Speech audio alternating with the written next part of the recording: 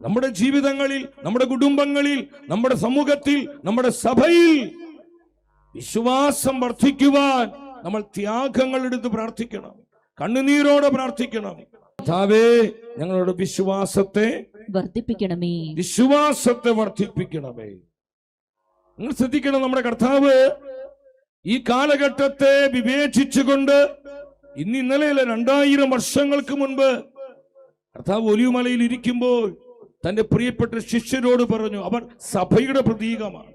അപ്പോസ്തലന്മാർ സഭയുടെ അടിസ്ഥാനമാണ്. അപ്പോസ്തലൻ ആ ശിഷ്യരോട് കർത്താവ് പറഞ്ഞു, എന്താ പറഞ്ഞത്? മത്തായിയുടെ സുവിശേഷം 24-ാം അധ്യായം 10-ാം വചനത്തിൽ യേശു പഠിപ്പിച്ചു. യേശു പറഞ്ഞു, അനേകർ വിശ്വാസം ഉപേക്ഷിക്കും. സഭാ ചരിത്രത്തിൽ എന്നും ഇതൊക്കെ സംഭവിച്ചിട്ടുണ്ട് എന്ന് ഞാൻ വിശ്വസിക്കുന്നു. മറ്റേത് നാളുകളേക്കാൾ ഉപരി ഇന്ന് ലോകത്തിലും സഭയിലും നമ്മൾ ഇന്ന് കാണുന്ന വലിയൊരു പ്രശ്നം എന്ന് പറയുന്നത്, ഞാൻ പറഞ്ഞു, വിശ്വാസത്തിന്റെ തകർച്ചയാണ്. അനേകർ വിശ്വാസം വിട്ടുപോകുന്നു. ഓ, എത്ര ശക്ത കർത്താവിന്റെ വചനം! വിശ്വാസം ഉപേക്ഷിക്കുന്നു. വെറും ലോക സുഖങ്ങൾക്ക് വേണ്ടി, ഭൗതികമായ ചില നേട്ടങ്ങൾക്ക് വേണ്ടി, ഈ ലോകത്തിന്റെ ഭോഗേച്ഛകൾക്ക് വേണ്ടി, ജഡികമായ ഈ ശരീരത്തിന്റെ സുഖത്തിനു വേണ്ടി ഈ ലോകം തരുന്ന നൈമിഷികമായ ചില ഉയർച്ചകൾക്ക് വേണ്ടി വിശ്വാസം ഉപേക്ഷിക്കുന്ന ഒരു തലമുറയിലാണ് എന്റെ സഹോദരി സഹോദരങ്ങളെ നമ്മൾ ജീവിക്കുന്നത്. ഒരു ഹല്ലേലൂയ പറഞ്ഞേ.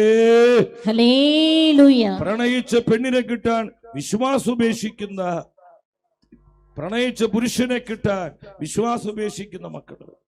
സഭ വേണ്ട, വിശ്വാസം വേണ്ട, മാതാപിതാക്കൾ വേണ്ട.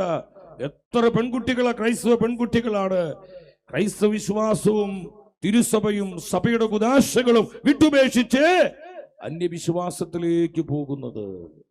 എത്ര കുടുംബങ്ങളാണ് തകർച്ചയിലാകുന്നത്, എത്ര മാതാപിതാക്കളാണ് ചങ്ക് പൊട്ടി വേദനയോടെ ജീവിക്കുന്നത്. എവിടെയും നമ്മൾ ഇന്ന് കാണുന്നത് എന്താണ്? വിശ്വാസരാഹിത്യമാണ്. വിശ്വാസം കുറഞ്ഞു വരുന്നു, വിശ്വാസം ദുർബലമാകുന്നു, വിശ്വാസത്തിൽ ക്ഷയം സംഭവിക്കുന്നു, വിശ്വാസത്തിൽ തകർച്ച സംഭവിക്കുന്നു. ശിഷ്യന്മാർ പറഞ്ഞു, കർത്താവേ, നിങ്ങളുടെ വിശ്വാസം വർദ്ധിപ്പിക്കണം.